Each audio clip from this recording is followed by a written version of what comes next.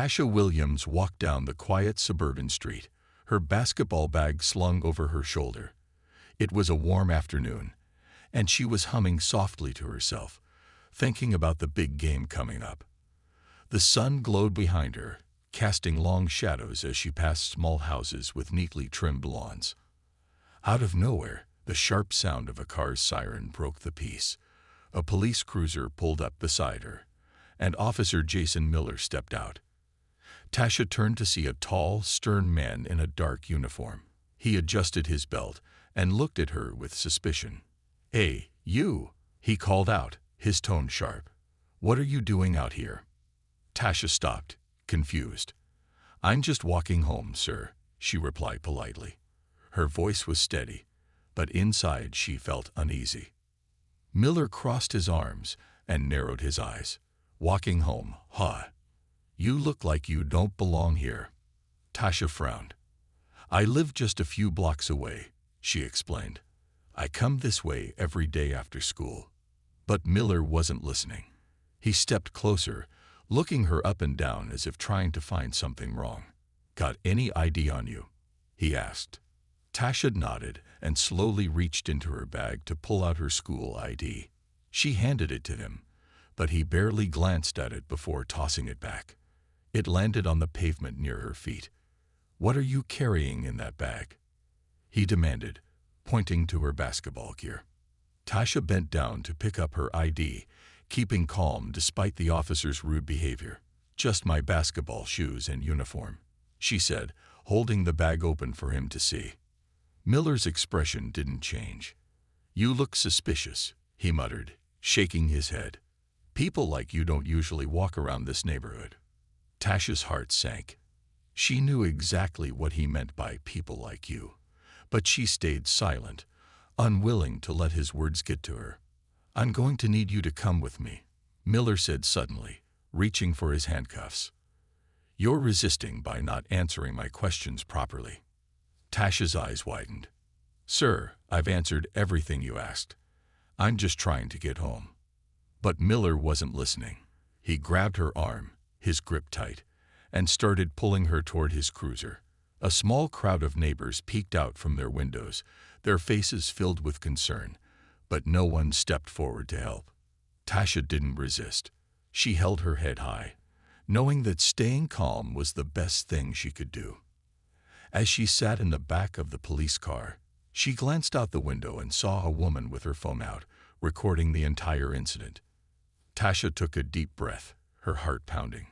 She didn't know what was going to happen next, but she silently hoped that someone would see the truth. Tasha sat silently in the back of the police car, her hands tightly clasped together.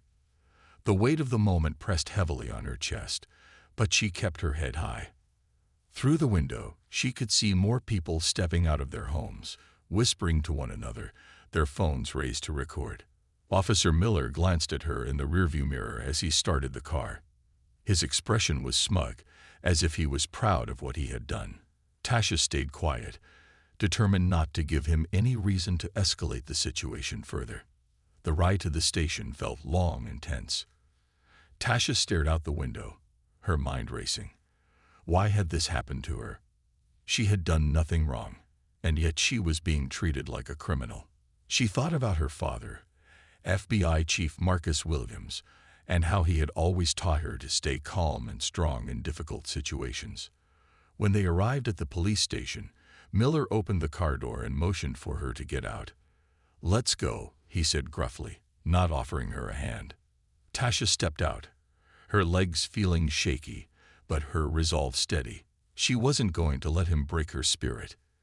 Inside the station, the fluorescent lights buzzed softly as officers glanced up from their desks. Some seemed curious, while others looked uncomfortable. Miller led Tasha to a desk and began filling out paperwork, muttering under his breath. "What's the charge?" an older officer asked, walking over to Miller. His tone was neutral, but there was a hint of doubt in his eyes. "Resisting authority and suspicious behavior," Miller replied, not even looking up. The older officer frowned slightly but didn't press further. Tasha stood quietly, her heart pounding. She wanted to speak up, to tell them this was wrong, but she knew her words would fall on deaf ears here. Miller turned to her, his tone sharp. "We have to check your belongings.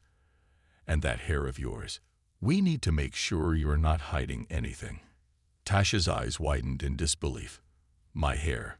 she asked, her voice calm but firm. "What could I possibly be hiding?" Miller smirked. "You'd be surprised what people try to pull. Sit down."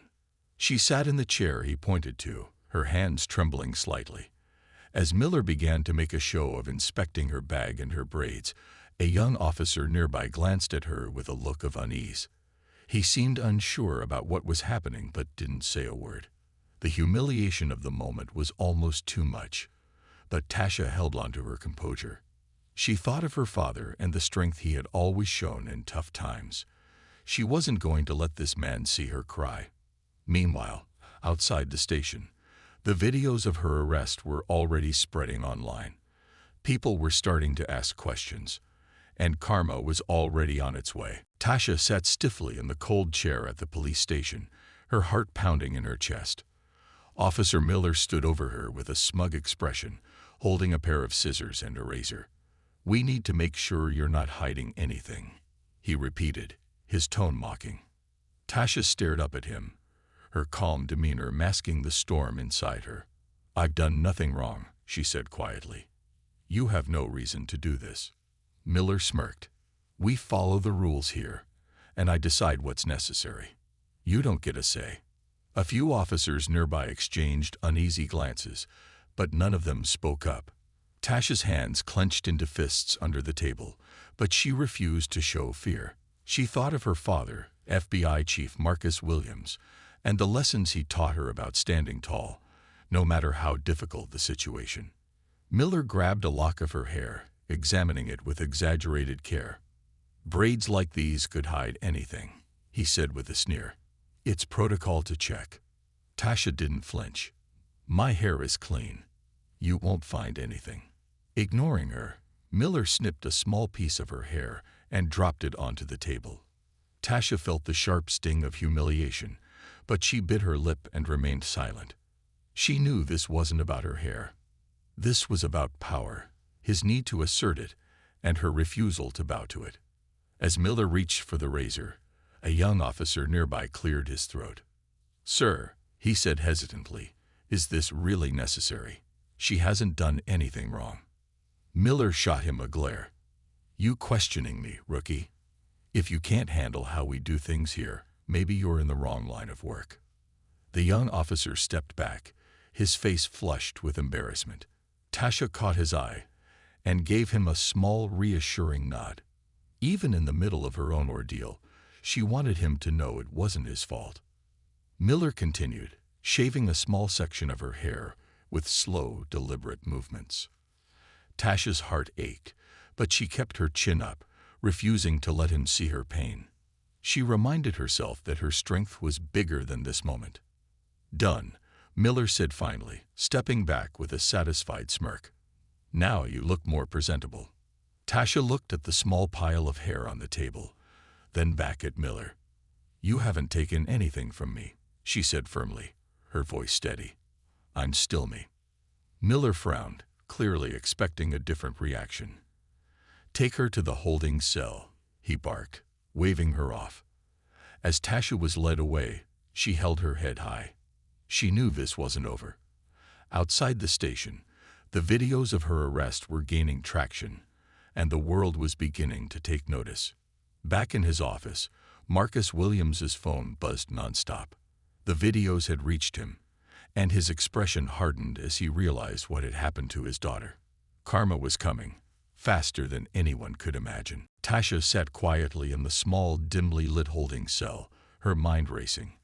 The room smelled faintly of disinfectant, and the walls were bare and gray. Despite the cold metal bench beneath her, she held herself tall, refusing to let the humiliation of the day weigh her down. She had faced injustice, but she wasn't going to let it define her. As she stared out through the bars, the sound of murmured voices and hurried footsteps echoed from the main room of the police station. Something was happening. The tension in the air was palpable. Back in the front office, Officer Miller leaned back in his chair, a satisfied grin on his face.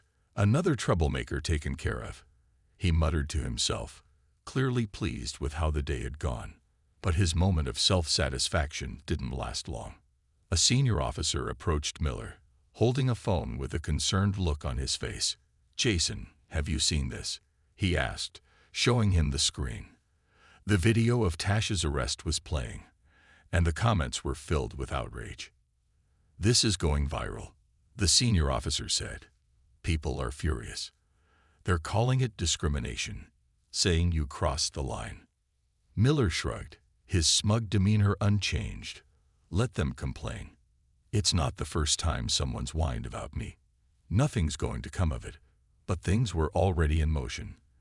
In a tall, glass-walled office across town, Marcus Williams, the FBI chief, was watching the same video. His normally calm and composed face was tight with anger as he replayed the footage of his daughter being humiliated by Officer Miller. His phone rang nonstop. Colleagues, reporters, and officials were all reaching out, demanding to know if he had seen the video. Marcus answered one call from his deputy. "Sir," the deputy began, his tone serious, "we've confirmed that's your daughter. What do you want us to do?" "Everything," Marcus said firmly. "Start an immediate investigation. I want to know every detail about this officer's record. And make sure the press knows that this will not go unnoticed." Within minutes, the wheels of justice were turning. Calls were made, emails were sent, and the story began spreading across every major news outlet. The hashtags #JusticeForTasha and #AccountabilityNow began trending on social media. People from all over the country voiced their support for Tasha, demanding answers and action. Meanwhile, at the police station, reporters began to gather outside, their cameras and microphones aimed at the doors. Officers inside exchanged nervous glances, realizing this wasn't just another routine day. Miller's confidence began to waver as he noticed the growing commotion. "What's going on out there?" he demanded. The young officer who had spoken up earlier hesitated before answering.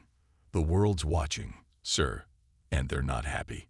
Tasha, still sitting in the holding cell, didn't know all that was happening outside, but she felt it in her heart. Change was coming, and she knew her father would not let this go unanswered. Karma was knocking at the door. Tasha remained in the holding cell, the faint hum of noise outside the station growing louder by the minute. She could hear muffled voices and the occasional click of cameras. Though she couldn't see what was happening, she sensed that the world outside was no longer silent about the injustice she had faced. In his office, Officer Miller sat stiffly, scrolling through his phone. The smug confidence he had displayed earlier was beginning to crack. The video of Tasha's arrest was everywhere, shared millions of times across social media.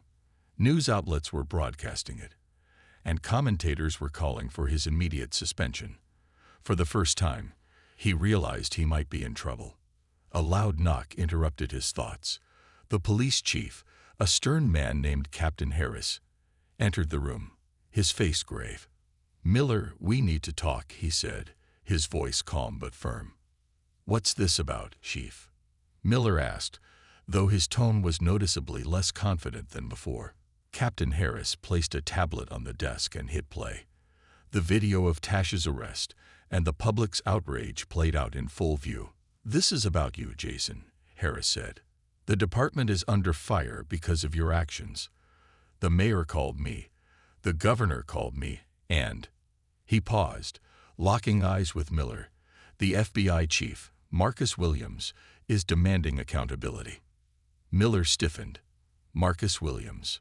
What does he have to do with this?" Harris raised an eyebrow. "The girl you arrested, the one you humiliated, that's his daughter."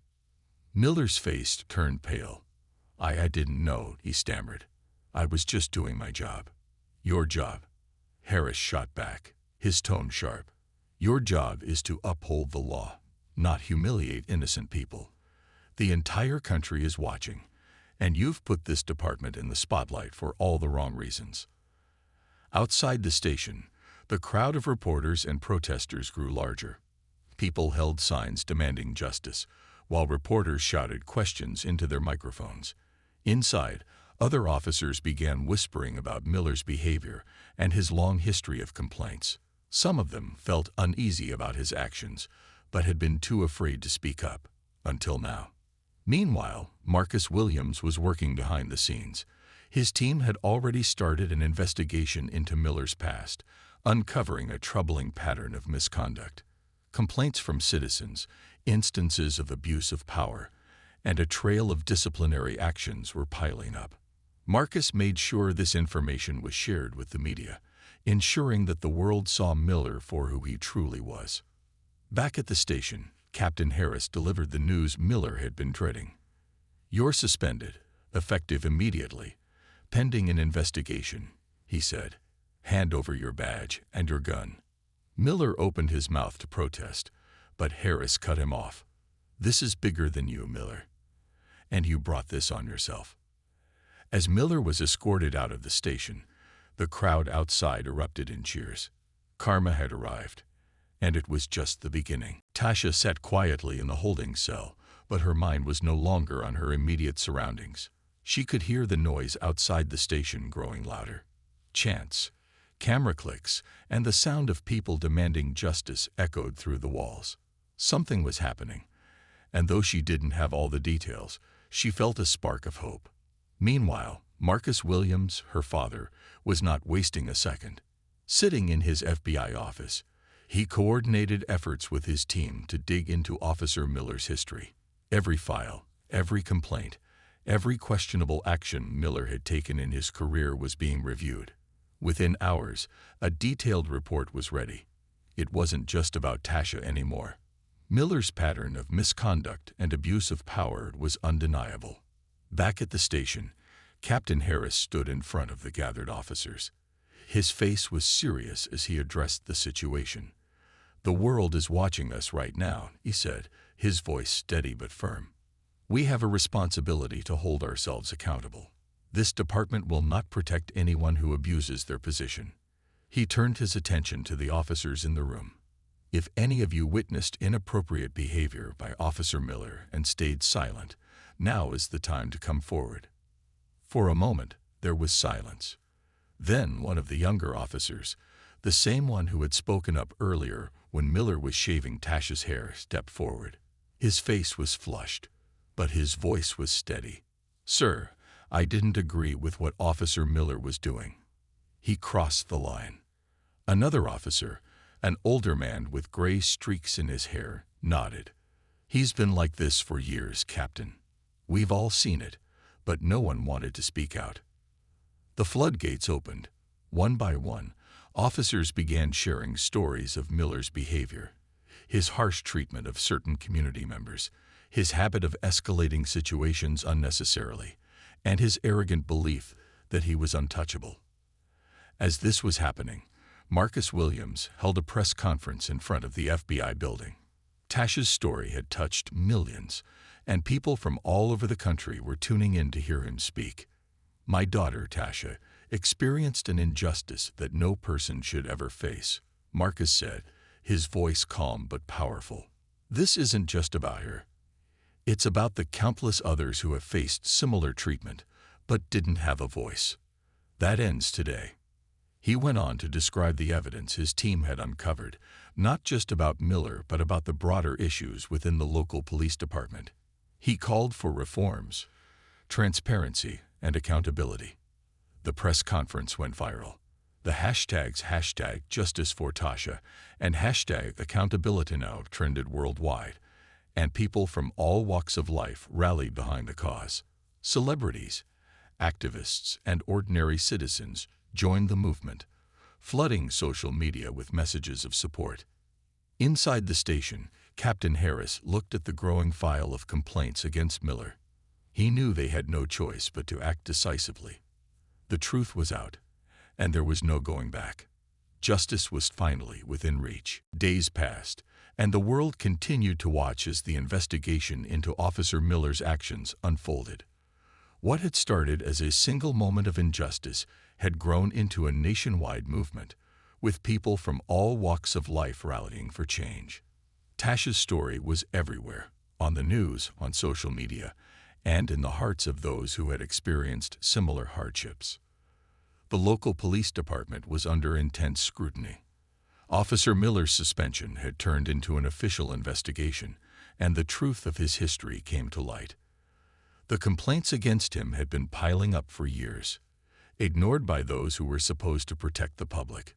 But now, with the world looking in, the department could no longer hide the truth. Marcus Williams, FBI chief and Tasha's father, had made sure that every detail was uncovered. He worked tirelessly, using the full weight of his position to ensure that justice would be served. The investigation revealed a troubling pattern of behavior from Miller, and other officers who had turned a blind eye to his actions were now being questioned. The department was forced to confront its flaws and admit that things needed to change. Tasha, though still shaken by the events, became a symbol of strength and resilience. She was invited to speak at rallies, on news programs, and at events where people gathered to demand fairness and equality. But despite the attention, she remained humble. Tasha knew this wasn't about her. It was about everyone who had ever been mistreated or overlooked. It was about making sure nothing like this happened again. The press conference her father had held was still fresh in people's minds. Marcus had called for sweeping reforms, changes in how officers were trained, more oversight, and a commitment to serving the community with respect. His words had struck a chord, and now the local government was listening. The mayor and the governor, both of whom had initially been reluctant to act, were now on board with the necessary changes. They promised to take action, not just for Tasha, but for the future of their city. Back at the police station, things were changing too. Captain Harris, who had once defended Miller, now found himself in the difficult position of overseeing the department's reform efforts. He addressed his officers in a meeting, acknowledging that things needed to change. "We've been given a second chance," he said. "We need to be better. We need to be the kind of department this community deserves." Miller's fate was sealed. After the thorough investigation, it was clear that he would face consequences. He was fired from the department, and legal action was being taken against him. The town, once divided, was starting to heal. And though the scars of the past would remain, there was a sense that justice had been served. Tasha stood with her father as the crowds gathered outside the police station to celebrate the changes that were underway.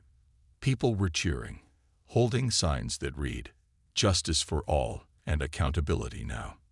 Tasha looked up at her father, a sense of pride swelling in her chest. She had never imagined that one small act of courage could lead to such a powerful change. For the first time in a long while, Tasha felt hope. The world had listened, and things were beginning to get better. The fight wasn't over, but it had made a difference. And Tasha knew, with her father by her side, they would keep fighting for justice, no matter the cost. Days passed, and the world continued to watch as the investigation into Officer Miller's actions unfolded. What had started as a single moment of injustice had grown into a nationwide movement, with people from all walks of life rallying for change. Tasha's story was everywhere, on the news, on social media, and in the hearts of those who had experienced similar hardships. The local police department was under intense scrutiny. Officer Miller's suspension had turned into an official investigation, and the truth of his history came to light. The complaints against him had been piling up for years, ignored by those who were supposed to protect the public. But now, with the world looking in, the department could no longer hide the truth. Marcus Williams, FBI chief and Tasha's father, had made sure that every detail was uncovered. He worked tirelessly, using the full weight of his position to ensure that justice would be served. The investigation revealed a troubling pattern of behavior from Miller, and other officers who had turned a blind eye to his actions were now being questioned. The department was forced to confront its flaws and admit that things needed to change. Tasha, though still shaken by the events, became a symbol of strength and resilience. She was invited to speak at rallies, on news programs, and at events where people gathered to demand fairness and equality. But despite the attention, she remained humble. Tasha knew this wasn't about her. It was about everyone who had ever been mistreated or overlooked. It was about making sure nothing like this happened again. The press conference her father had held was still fresh in people's minds. Marcus had called for sweeping reforms, changes in how officers were trained, more oversight, and a commitment to serving the community with respect. His words had struck a chord, and now the local government was listening. The mayor and the governor, both of whom had initially been reluctant to act, were now on board with the necessary changes. They promised to take action, not just for Tasha, but for the future of their city. Back at the police station, things were changing too.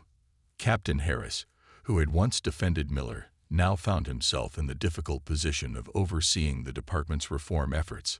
He addressed his officers in a meeting, acknowledging that things needed to change. "We've been given a second chance," he said. "We need to be better. We need to be the kind of department this community deserves." Miller's fate was sealed. After the thorough investigation, it was clear that he would face consequences. He was fired from the department, and legal action was being taken against him. The town, once divided, was starting to heal. And though the scars of the past would remain, there was a sense that justice had been served. Tasha stood with her father as the crowds gathered outside the police station to celebrate the changes that were underway. People were cheering, holding signs that read, "Justice for all," and accountability now. Tasha looked up at her father, a sense of pride swelling in her chest. She had never imagined that one small act of courage could lead to such a powerful change. For the first time in a long while, Tasha felt hope. The world had listened, and things were beginning to get better. The fight wasn't over, but it had made a difference. And Tasha knew, with her father by her side, they would keep fighting for justice, no matter the cost. Back at the police station, the air was thick with tension. Word of the incident had already spread, and officers exchanged nervous glances as Chief Marcus Hale walked into the briefing room. His calm demeanor betrayed none of the frustration simmering beneath the surface. Officer Carter followed behind, his head slightly bowed, aware that all eyes were on him. Marcus turned to face the room, his gaze steady as he addressed the assembled officers. "I want to make one thing clear," he began, his voice carrying the weight of authority. "What happened today was unacceptable, not just for me, but for this department and the community we serve." The room was silent. Even Carter didn't dare to speak. He stood off to the side, his arms crossed, looking uncomfortable but unwilling to meet anyone's gaze. Marcus continued, his tone firm but not unkind. "We are here to protect and serve all people, regardless of their background, appearance, or circumstances. That means following proper procedures and acting with respect, professionalism, and fairness." Ramirez and Jenkins, seated near the front, nodded in agreement. Other officers shifted in their seats, some looking thoughtful, others avoiding eye contact. It was clear that Marcus's words were hitting home. Turning his attention directly to Carter, Marcus spoke evenly. "Officer Carter, you made a series of poor decisions today. You allowed your assumptions to guide your actions instead of following protocol. You failed to verify my identity properly and escalated a situation that could have been resolved with a simple call to dispatch." Carter's face reddened as he finally looked up. "Chief, I was only trying to protect." He started, but Marcus raised a hand to stop him. "This is not about intentions, Officer Carter," Marcus said firmly. "It's about accountability. Every officer in this room has a responsibility to uphold the values of this department. When we fail to do that, we lose the trust of the community." The room remained silent, the gravity of Marcus's words sinking in. Even those who had initially dismissed him as the new guy couldn't deny the truth of what he was saying. "Today's incident is being reviewed by the Internal Affairs Department," Marcus continued. "We will address what happened fairly and transparently.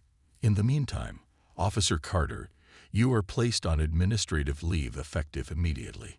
You will be required to attend additional training sessions to ensure this does not happen again." Carter opened his mouth as if to protest, but then closed it again, realizing there was nothing he could say to defend himself. He nodded stiffly, muttering, "Yes, Chief." Marcus took a deep breath, scanning the room. "This is not just about one incident," he said, addressing everyone. "This is about creating a culture of accountability, respect, and integrity. I expect all of you to reflect on what happened today and strive to do better." The officers nodded, some more reluctantly than others. Marcus's words hung in the air as the meeting concluded, marking the beginning of a new chapter for the department and for Officer Carter. The quiet neighborhood had turned into a stage for an unfolding drama. Officer Daniel Carter stood stiffly, his hand hovering near his gun, as he stared down Marcus Hale, the man claiming to be the new police chief. Neighbors cautiously watched from behind curtains, whispering to each other about what was happening. Marcus, still calm and collected, raised his hand slightly to show he meant no harm. "Officer, I suggest you take a step back and think this through," he said, his voice steady but firm. "This isn't how we handle things." But Carter wasn't listening. His mind raced with doubt and suspicion. In his view, Marcus didn't fit the image of someone who could be in charge. He wasn't in uniform. He wasn't someone Carter recognized. And to him, the situation just didn't add up. "Don't move," Carter snapped, ignoring Marcus's explanation. "You're not going anywhere until we sort this out." Marcus took a deep breath. He had spent years in law enforcement, handling far worse situations than this, but it still amazed him how quickly assumptions could cloud judgment. He could see the tension in Carter's posture, the way his hand stayed close to his weapon, and he knew this could spiral out of control if he wasn't careful. "I've already shown you my badge," Marcus said calmly. "If you need further proof, call the station. They'll confirm everything." Carter's lips tightened. He glanced at the badge again but couldn't shake the feeling that something wasn't right. "Badges can be faked. You think I'm just going to take your word for it?" He shot back, his voice rising. Meanwhile, more neighbors had come outside, drawn by the raised voices. A few had their phones out, recording the interaction. Carter noticed this, and it only added to his frustration. He felt like he was losing control of the situation, and his pride wouldn't let that happen. "I'm not repeating myself," Carter barked. "Step away from the car, keep your hands where I can see them, and don't try anything funny." Marcus did as instructed, but his patience was wearing thin. "Officer," he said, keeping his voice calm, "you're making a mistake. I understand you're trying to do your job, but this is not the way to handle it." Carter felt a surge of anger at those words. A mistake. No one questioned his judgment, especially not someone he didn't trust. He stepped closer, his hand now resting firmly on the grip of his gun. The tension was palpable. The crowd of onlookers murmured nervously, their phones capturing every second.